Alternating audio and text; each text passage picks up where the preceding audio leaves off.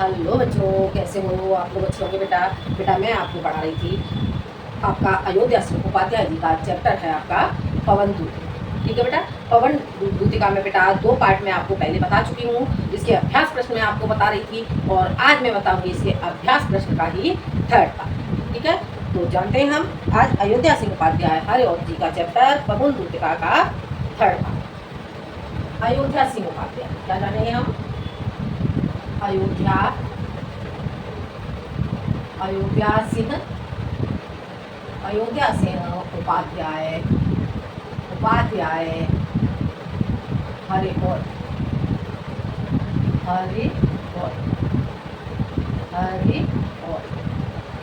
ठीक है। हरिऔध अयोध्या सिंह उपाध्याय हरिऔध और इनका चैप्टर है आपका पवन दूतिका। ठीक है बेटा।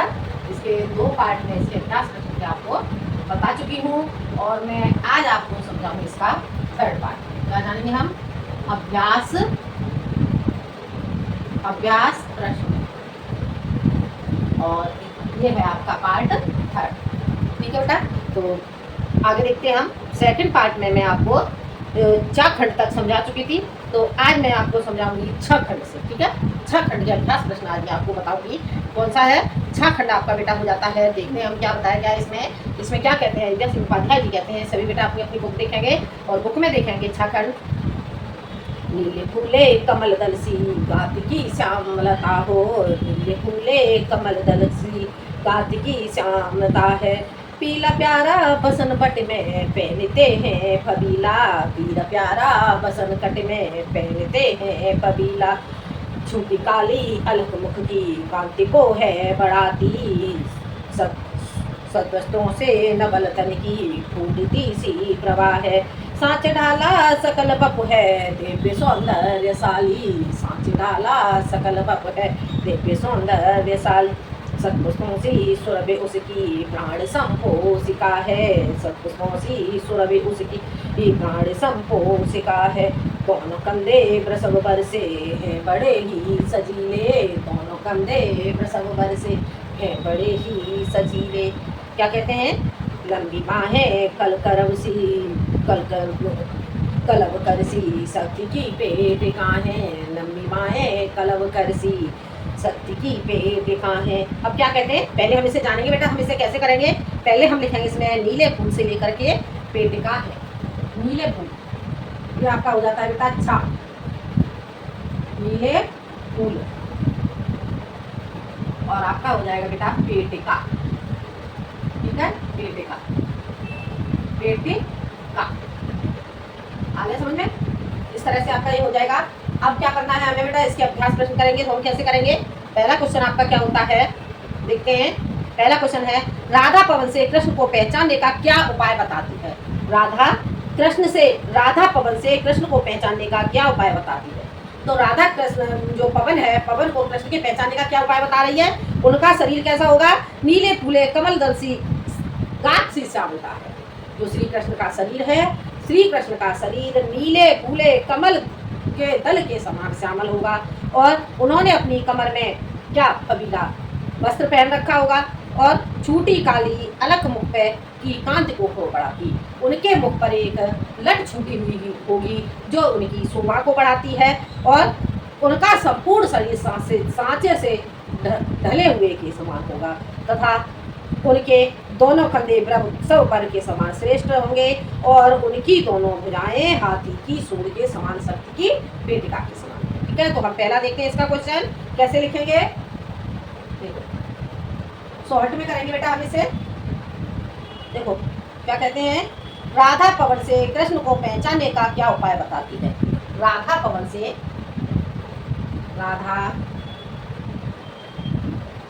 से कृष्ण के पहचानने का उपाय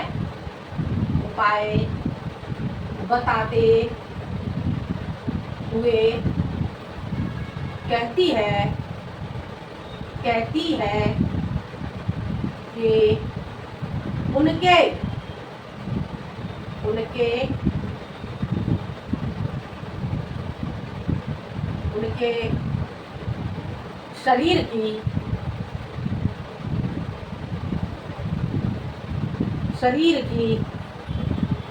श्यामलता श्यामलता उनके शरीर की श्यामल छवि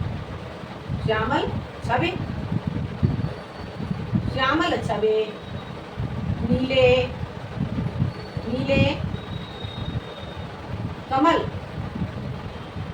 कमल पुष्प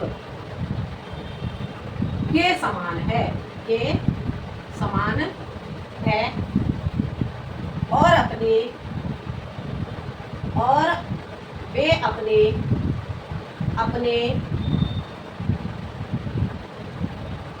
शरीर पर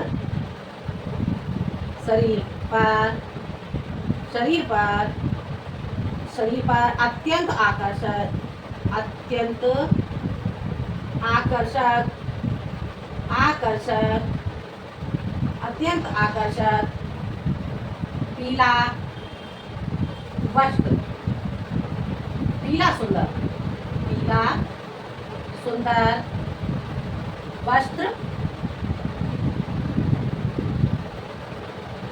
पीला सुंदर वस्त्र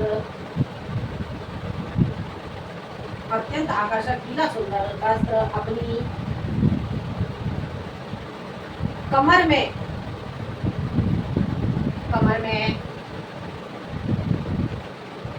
धारण किए रहते हैं और आगे क्या कहते हैं, किए रहते हैं। उनके मुख पर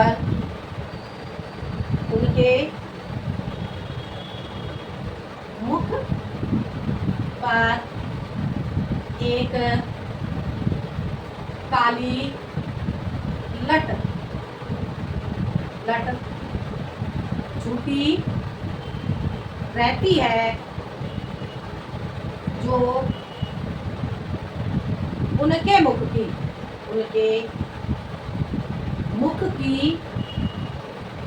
चमक को बढ़ाती है।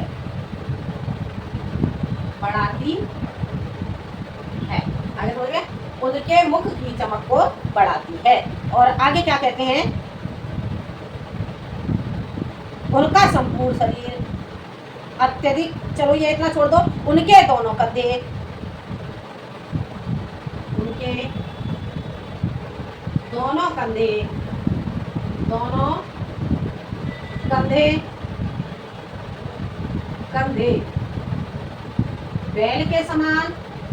बैल के समान सजे हुए होंगे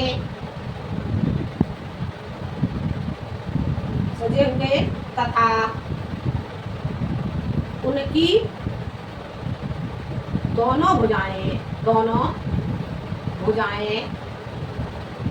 दोनों भुजाएं हाथी की सूंड के समान शक्ति की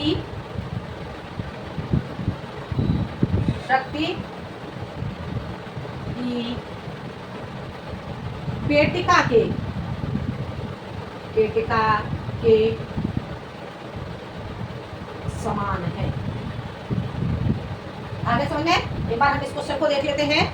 क्या क्वेश्चन था आपका, राधा पवन से कृष्ण को पहचानने का क्या उपाय बताती है। राधा पवन से कृष्ण के पहचानने का उपाय बताते हुए कहती है कि उनके शरीर की श्यामल छवि नीले कमल पुष्प के समान है और वे अपने शरीर पर अत्यंत आकर्षक पीला सुंदर वस्त्र अपनी कमर में धारण किए रहते हैं। उनके मुख पर एक काली लट छूटी रहती है जो उनके मुख की चमक को बढ़ाती है। उनके दोनों कंधे बैल के समान सजे हुए तथा उनकी दोनों भुजाएं हाथी की सूंड के समान शक्ति की पिटारी के समान है या शक्ति की पेटिका के समान है। आगे बेटा समझ में, ये क्वेश्चन आपका हो जाता है। अगला क्वेश्चन है आपका, अलग तथा सकल शब्द का अर्थ लिखिए।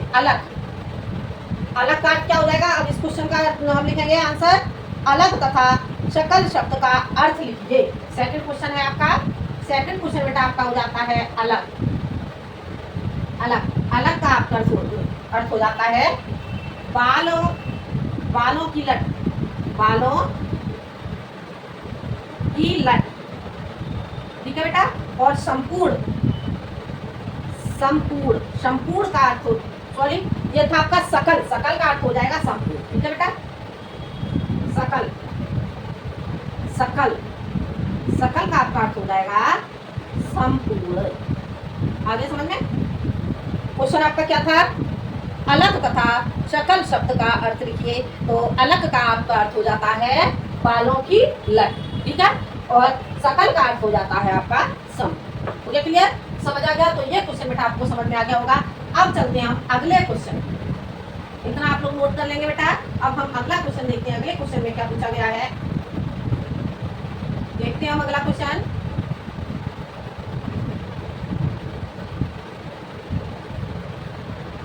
अगले क्वेश्चन में क्या पूछा गया है, अगला क्वेश्चन पढ़ते हैं हम।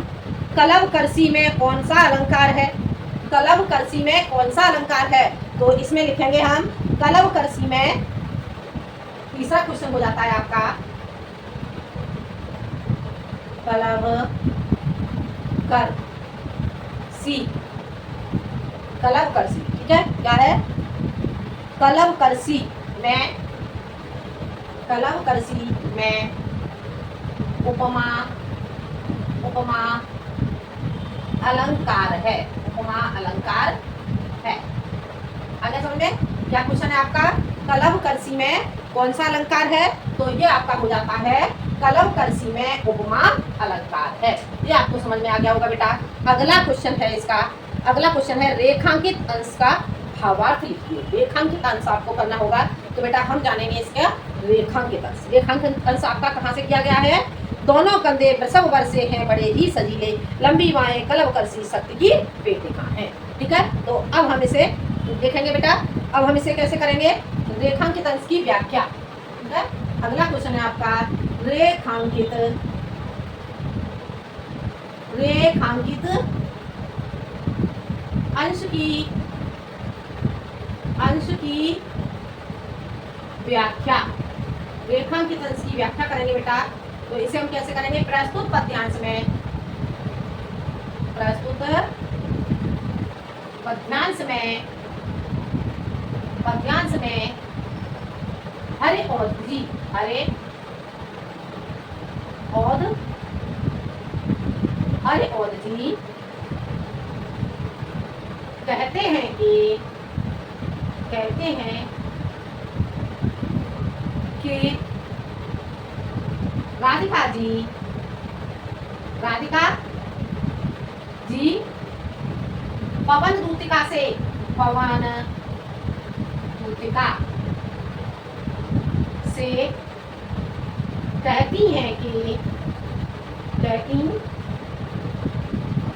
है कि हे पवन, हे पवन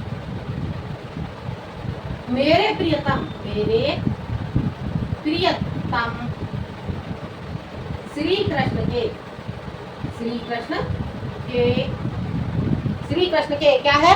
श्री कृष्ण के दोनों कंधे वृषभ व श्रेष्ठ बैल के समान, मेरे प्रियतम श्री कृष्ण के दोनों कंधे, दोनों कंधे, कंधे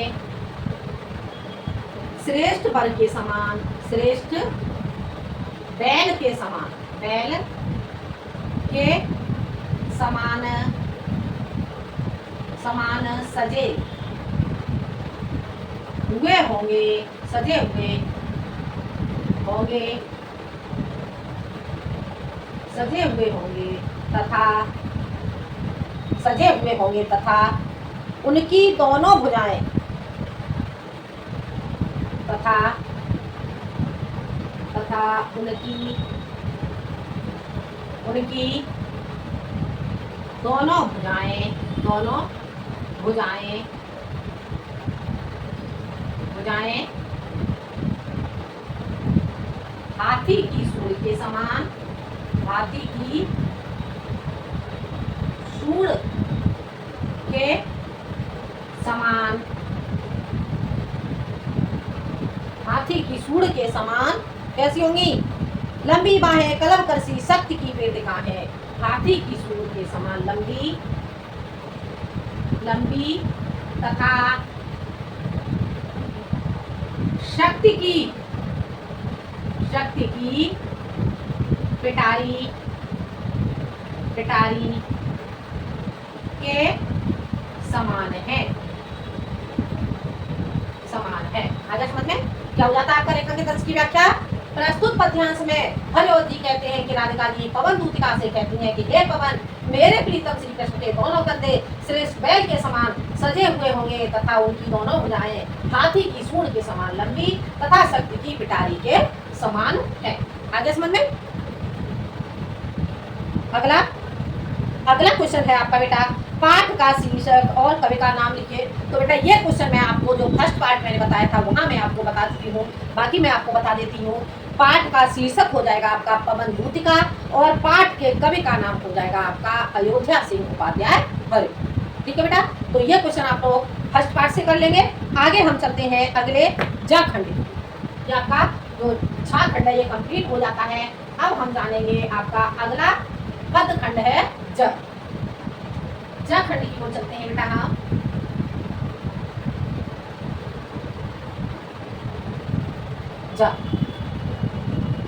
जा खंड में क्या पूछा गया है जानते हैं। पहले हम जा खंड को बेटा पढ़ लेते हैं।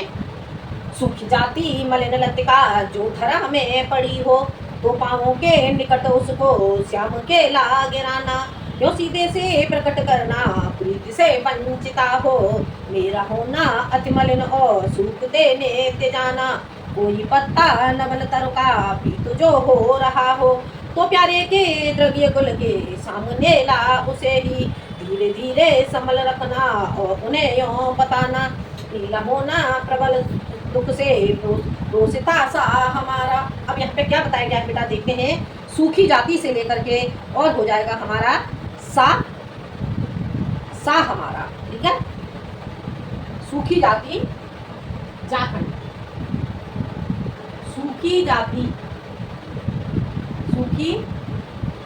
जाति और ये हो जाएगा हमारा सा हमारा। आगे समझ में? सूखी जाति सा हमारा, इस तरह से आपका हो जाता है। अब हमें क्या करना है, हमें इसके अभ्यास प्रश्न देखते हैं। पहला क्वेश्चन इसका क्या पूछा गया है बेटा जानते हैं हम। राधा पवन से पृथ्वी पर पड़ी हुई लता को क्या करने के लिए कहती है?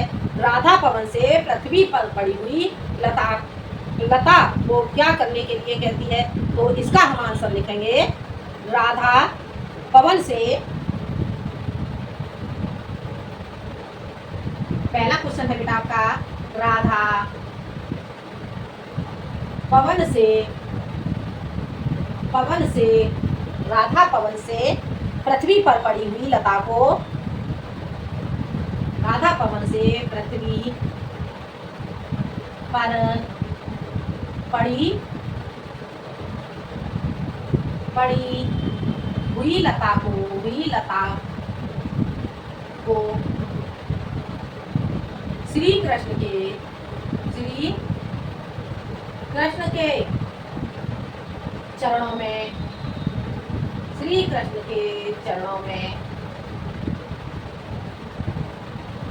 के चरणों में लाकर डालने के लिए कहती है। बेटा क्या हो जाएगा? राधा पवन से पृथ्वी पर पड़ी हुई लता को क्या करने के लिए कहती है? तो राधा पवन से पृथ्वी पर पड़ी हुई लता को श्री कृष्ण के चरणों में लाकर डालने के लिए कहती है। क्या कहती है? सूखी जाती मलिन लतिका जो धरा में पड़ी हो, तो पाँव के निकट उसको श्याम केला डाल। आगे समझ में? ये क्वेश्चन आपको समझ में आ गया होगा। सूखी लता से राधा कृष्ण को क्या संदेश देना चाहती है? तो सूखी लता से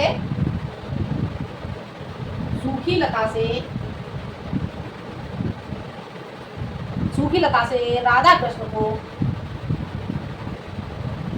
सूखी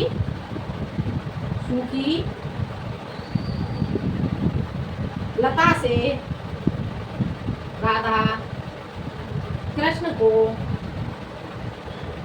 संदेश देते हुए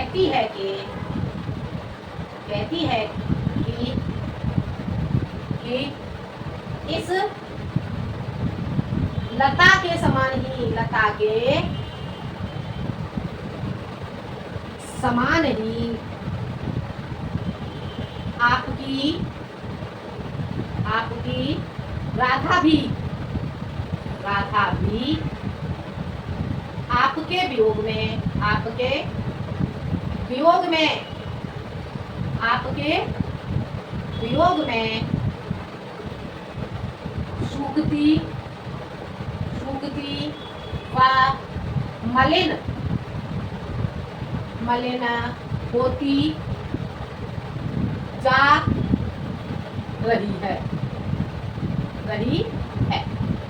आगे समझ में? सूखी लता से राधा कृष्ण को संदेश देते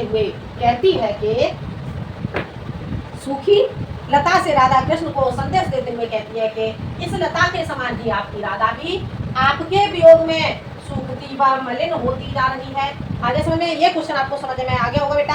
अब हम चलते हैं अगले क्वेश्चन की ओर। अगला क्वेश्चन क्या है? उपर्युक्त पद्यांश के रेखांकित अंश की व्याख्या कीजिए। ठीक है, तो आपको क्या, आपका एक क्वेश्चन रह गया बेटा, पीले पत्ते को श्री कृष्ण के सामने लाने से राधा का क्या अभिप्राय है? पीले पत्ते को श्री कृष्ण के सामने लाने से राधा का क्या अभिप्राय है? ठीक है बेटा, क्या क्वेश्चन है? पीले पत्ते को श्री कृष्ण के सामने लाने से राधा का क्या अभिप्राय है? तो पीले पत्ते को तीसरे का उत्तर है बेटा ये। ठीक है, पीले पत्ते को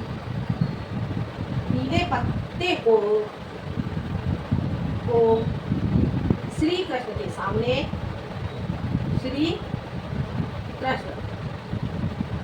पीले पत्ते को श्री कृष्ण के सामने लाने से श्री कृष्ण के सामने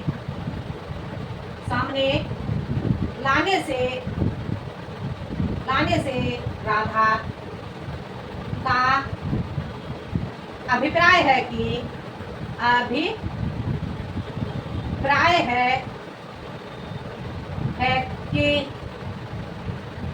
मैं भी प्रोषित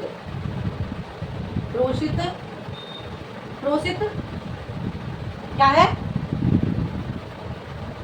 देखते हैं, पीले पत्ते से पीला होना, प्रोषित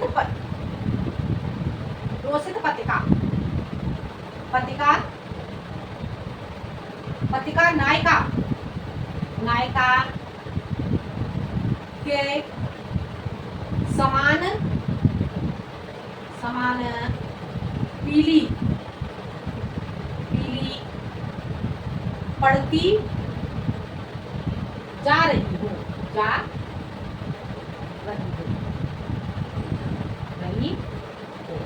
आगे समझ में? पीले पत्ते को श्री कृष्ण के सामने लाने से राधा का अभिप्राय है कि मैं भी प्रोषित पत्रिका नायिका के समान, अर्थात विरहणी नायिका के समान। प्रोषित पत्रिका का क्या हो गया बेटा? विरहणी नायिका। ठीक है, तो विरहणी नायिका के समान पीली पड़ती जा रही हूँ। हो गया? ठीक है, समझ में आ गया? ये क्वेश्चन आपको समझ आ गया होगा बेटा। और अगला क्वेश्चन है आपका, अब हम अगला क्वेश्चन जानते हैं इसका। देखते हैं हम इसका अगला क्वेश्चन।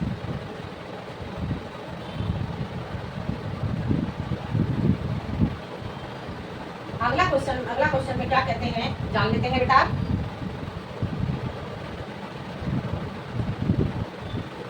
अगले क्वेश्चन में क्या कहा गया है देखते हैं। उपर्युक्त पद्यांश के रेखांकित अंश की व्याख्या कीजिए। अब हमें क्या करना है? इसके रेखांकित अंश की व्याख्या करनी। ठीक है, तो ये आपका हो जाएगा बेटा फोर्थ क्वेश्चन है, रेखांकित अंश की व्याख्या। अब आपको रेखांकित अंश की व्याख्या करनी होगी। अब इसमें आपको देखना होगा कि रेखांकित अंश आपका कहाँ से किया हुआ है। धीरे धीरे समझ लाना और उन्हें क्यों बतलाना। पीला होना प्रबल दुख से प्रोषिता सा हमारा। ठीक है, तो इसका बेटा हम अर्थ करेंगे। तो इसके अर्थ को हम कैसे लिखेंगे? प्रस्तुत पद्यांश में प्रस्तुत पद्यांश में हरिओध जी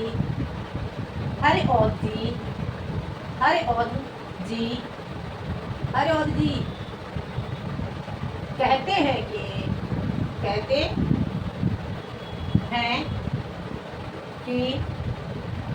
राधिका पवन दूतिका से कहती हैं कि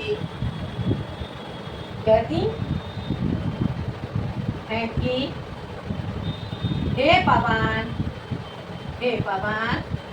क्या कहती हैं कि हे पवन, धीरे संभल रखना और उन्हें यूँ बताना, धीरे संभल रखना। कहती हैं कि धीरे संभल कर, क्या कोई पत्ता, वो कहती हैं कि यदि कोई पत्ता, कि हे पवन, किसी पीले पत्ते को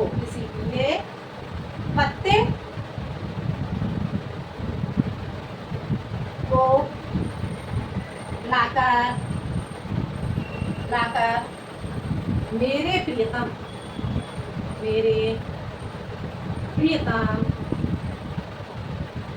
श्री कृष्ण के सामने, मेरे प्रियतम श्री कृष्ण के सामने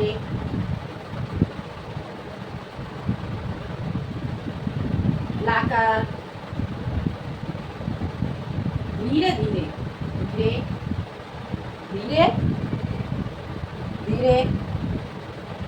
लाकर धीरे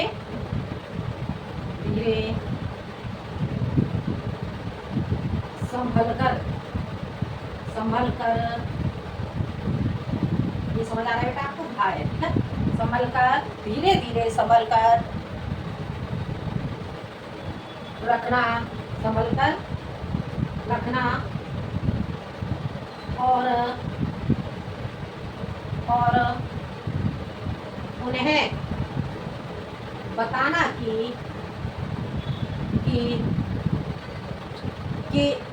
इसी पीले पत्ते के समान ही बताना कि इस पीले पत्ते के समान ही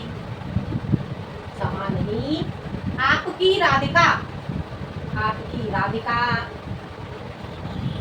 राधिका कैसी होती जा रही है? दुख से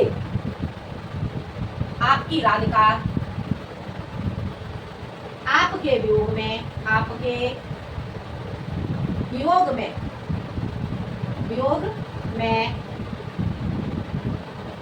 होकर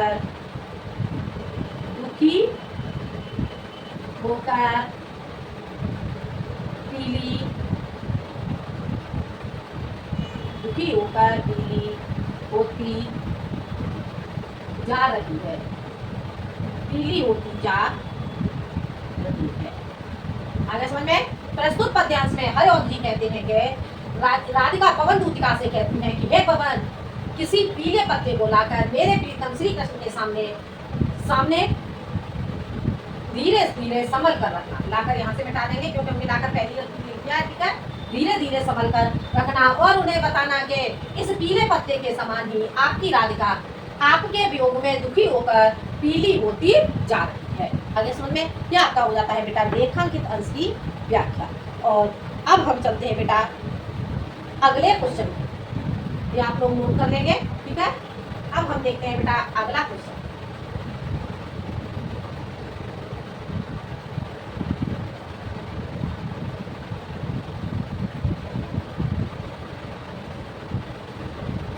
देखते हैं बेटा अगला क्वेश्चन है आपका, पाठ का शीर्षक व रचयिता का नाम लिखिए। ये क्वेश्चन आप कर ही लोगे, ये क्वेश्चन मैं आपको बार बार समझा चुकी हूँ, ठीक है। अगला है, अब हम चलते हैं अगला झाखंड की। ये आपका जा कंप्लीट हो जाता है और अब हम चलेंगे झाखंड की। अभ्यास खंड में आपका क्या है, पढ़ लेते एक बार हम बेटा। मेरे प्यारे नवजलद से कंज से नेत्र वाले, जाके आए ना मधुबन से और न भेजा संदेशा। मैं रो रो के प्रिय विरह में पागली हो रही हूँ, जाके मेरी सब सब दुख कथा श्याम को तू सुना दे। अब यहाँ पे क्या कहते हैं, अब हम इसके अभ्यास प्रश्न देखते हैं। पहले हम देखेंगे मेरे प्यारे से लेकर सुना दे। मेरे प्यारे, मेरे प्यारे, और यहाँ से लिखेंगे बेटा हम सुना दे, सुना दे। ठीक है बेटा, सुना दे, ये आपका हो जाता है। अब हम इसके अभ्यास प्रश्न देखते हैं और हम जानते हैं इसमें पहला क्वेश्चन इसका क्या है, देखते हैं। राधा किसके द्वारा कृष्ण को संदेश भिजवाती है? राधा किसके द्वारा कृष्ण को संदेश भिजवाती है? तो इसका आंसर हम क्या लिखेंगे, राधा, राधा पवन के द्वारा, पवन के द्वारा कृष्ण को संदेश भिजवाती है, भिजवाती है। आगे समझ में, राधा पवन के द्वारा कृष्ण को संदेश भिजवाती है। ओके, क्लियर, समझ में आ गया। अगला क्वेश्चन है आपका, कृष्ण का सौंदर्य कैसा है, उल्लेख कीजिए। कृष्ण का सौंदर्य कैसा है? तो इसका आंसर हो जाएगा, कृष्ण का सौंदर्य, सौंदर्य क्या है, क्वेश्चन क्या है, कृष्ण का सौंदर्य कैसा है, उल्लेख कीजिए। कृष्ण का सौंदर्य नए बादलों के समान कैसा है? मेरे प्यारे नवजलद से कंज से नेत्र वाले। तो मेरे प्यारे कृष्ण का सौंदर्य नए बादलों के समान, नए बादलों के समान, बादलों के समान तथा कमल के समान, कमल के समान नेत्रों वाले हैं, कमल के समान नेत्रों वाले हैं। आगे समझ में, कृष्ण का सौंदर्य कैसा है? कृष्ण का सौंदर्य नए बादलों के समान तथा कमल के समान नेत्रों वाले हैं। ठीक है, अगला क्वेश्चन है, रेखांकित अंश की व्याख्या कीजिए। अब हमारा ये तीसरा क्वेश्चन हो जाता है बेटा, रेखांकित अंश की व्याख्या। रेखांकित अंश की व्याख्या, अंश की व्याख्या, व्याख्या इसे करेंगे। तो इसका आंसर लिखेंगे प्रस्तुत पद्यांश में, प्रस्तुत पद्यांश में, प्रस्तुत पद्यांश में हरि और जी, हरि और जी, हरि और जी कहते हैं कि हरि और जी कहते हैं कि राधिका पवन धूतिका से कहती हैं कि हे पवन, क्या कहती है? हे पवन, मेरे प्यारे श्री कृष्ण का शरीर के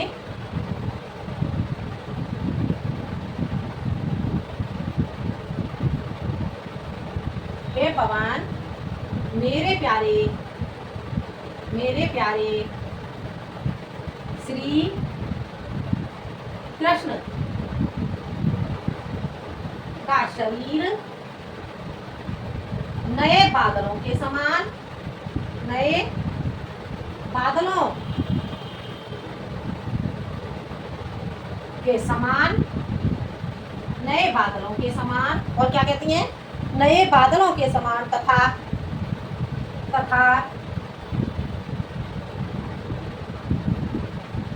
कमल के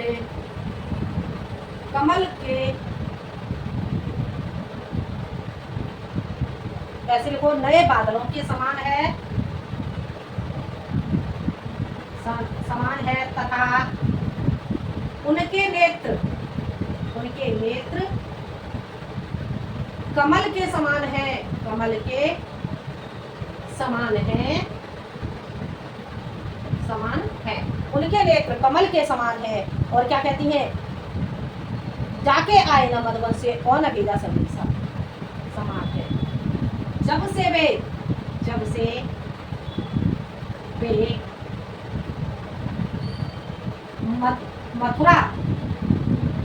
मथुरा के लिए गए हैं तब से ना तो वो वापस आए हैं और ना ही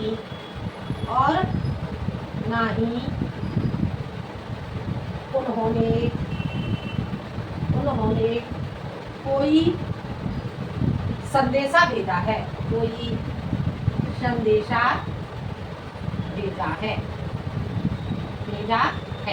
आगे समझ में। ये हो जाता है आपका रेखांकित अंश की व्याख्या। ठीक है बेटा, अब हम देखते हैं अगला क्वेश्चन। अगला क्वेश्चन क्या है, राधा की मनोदशा का वर्णन कीजिए। तो राधा की मनोदशा कैसी है, मैं रो रो के प्रिय ग्रह से बावली हो रही हूँ। तो राधा की मनोदशा का वर्णन कीजिए। अब हमें अगला क्वेश्चन लिखना होगा।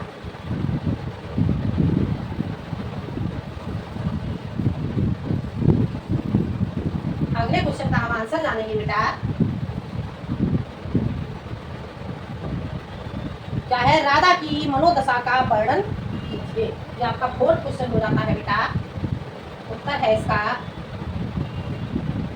राधा अपने प्रियतम श्री कृष्ण के विरह में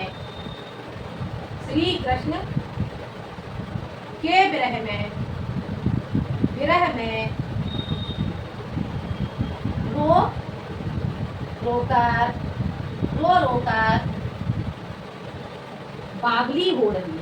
बावली हो रही है, अगर समझ में, राधा अपने प्रियतम श्री कृष्ण के विरह में रो रो करके बावली हो रही है। ये क्वेश्चन आपको समझ में आ गया होगा। अगला क्वेश्चन है, उपर्युक्त पद्यांश का शीर्षक और कवि का नाम लिखिए। ये क्वेश्चन आप कर ही लोगे। अब हम चलते हैं अगले लास्ट आपके पद्यांश की। ठीक है बेटा, तो लास्ट पदखंड हो जाएगा आपका, जानते हैं लास्ट पदखंड क्या है। देखो क्या बताया गया लास्ट पदखंड में, जाते जाते अगर पथ में क्लांत कोई दिखावे, जाते जाते अगर पथ में क्लांत कोई दिखावे, तो जाके सन्निकट उसकी कांतियों को मिटाना, धीरे धीरे परस करके गाते हो ताप खोना, सदगंध से श्रमित जन को हर्षितों सा बनाना। अब हमें इसके क्वेश्चन देखने हैं। तो झाखंड जाते जाते से लेकर के हमारा हो जाएगा बनाना। झा तो बेटा हो गया, ये है हमारा अंगा। जाते जाते से सा बनाना, ठीक है बेटा, ये हो जाता है आपका। अब हमें क्या करना है, हम इसके क्वेश्चन देखते हैं बेटा। पहला क्वेश्चन है आपका, पहला क्वेश्चन क्या है, राधा पवन को क्लांत व्यक्ति के संबंध में क्या समझाती है। राधा पवन को क्लांत व्यक्ति के संबंध में, उत्तर राधा क्या है, राधा पवन को क्लांत राधा पवन को क्लांत व्यक्ति के संबंध में, क्लांत व्यक्ति के संबंध में समझाते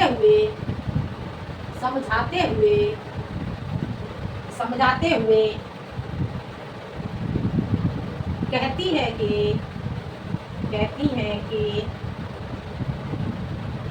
है कि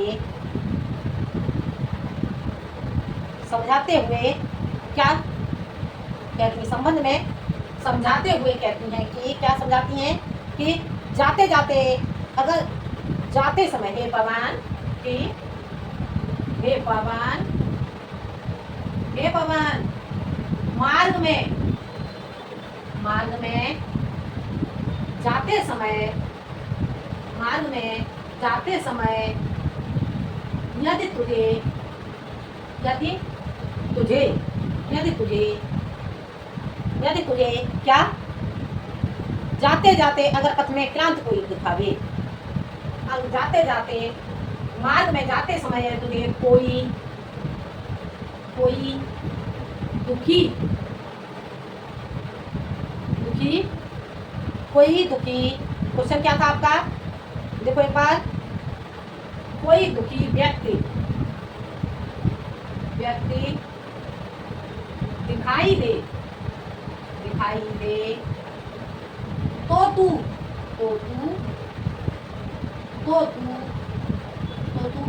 क्या है, तो तू सन्निकट उसकी क्रांतियों को मिटाना, तो तू उसके निकट जाकर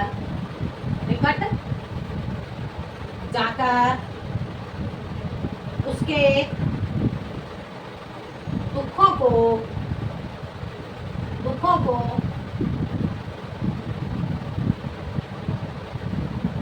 दूर करना, दुखों को दूर करना। और क्या कहती है, धीरे धीरे उसके शरीर को स्पर्श करके उसकी गर्मी को दूर करना, धीरे धीरे धीरे धीरे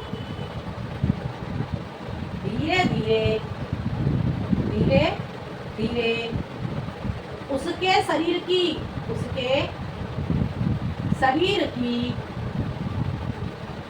गर्मी को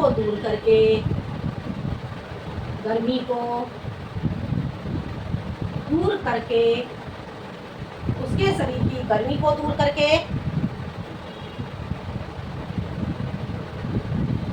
धीरे धीरे उसके शरीर को स्पर्श करके उसके शरीर को स्पर्श करके उसके शरीर की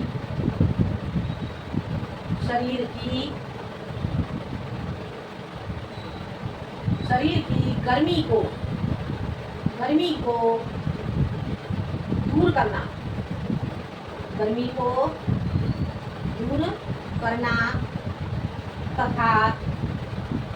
तथा उस व्यक्ति को कैसा बनाना, सद्गंधों से श्रमित जन को हर्षितों सा बनाना, तथा उस व्यक्ति को अपनी अच्छी सुगंध के द्वारा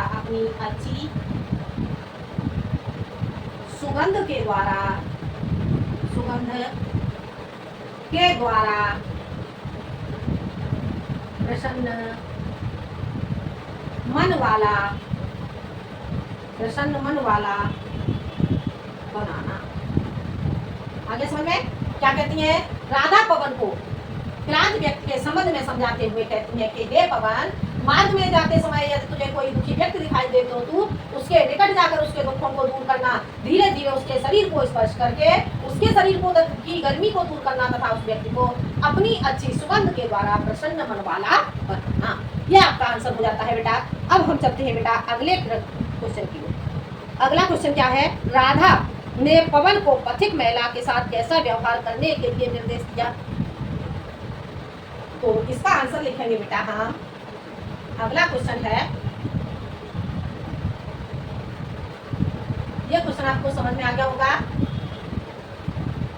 अगला क्वेश्चन है सेकंड क्वेश्चन, राधा ने पवन को पथिक महिला के साथ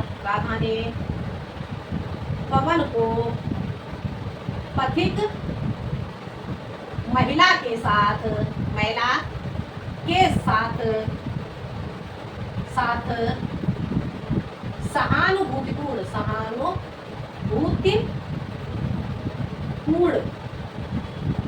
व्यवहार कैसा व्यवहार करने को कहा, तो इसमें क्या लिखेंगे, सहानुभूतिपूर्ण व्यवहार करने के लिए, सहानुभूतिपूर्ण व्यवहार करने के लिए निर्देश दिया। आगे समझ में क्या हो जाता है आंसर आपका, राधा ने पवन को पथिक महिला के साथ सहानुभूतिपूर्ण व्यवहार करने के लिए निर्देश दिया। अगला क्वेश्चन है, कमल मुख में कौन सा अलंकार है, तो इसका आंसर लिखेंगे कमल मुख में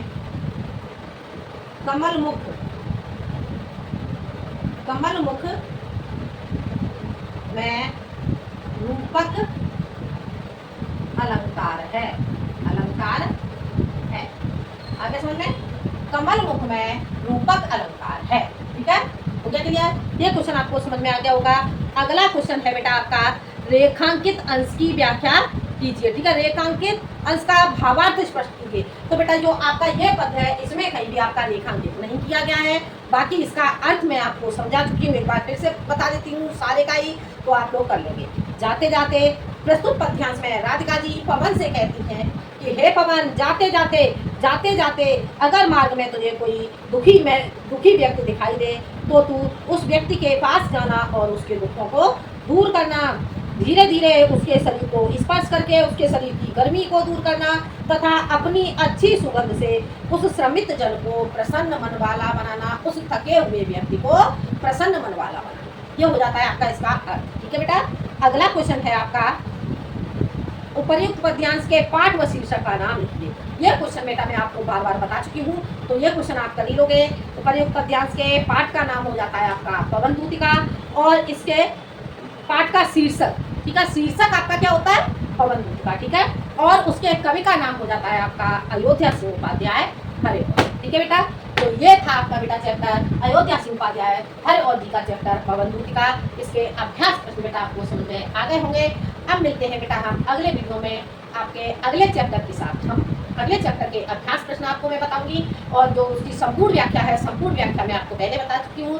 बेटा आपको वीडियो पसंद आए तो लाइक करें, शेयर करें और सब्सक्राइब करें। मिलते हैं हम अगले वीडियो में एक नए टॉपिक के साथ। जब तक के लिए धन्यवाद।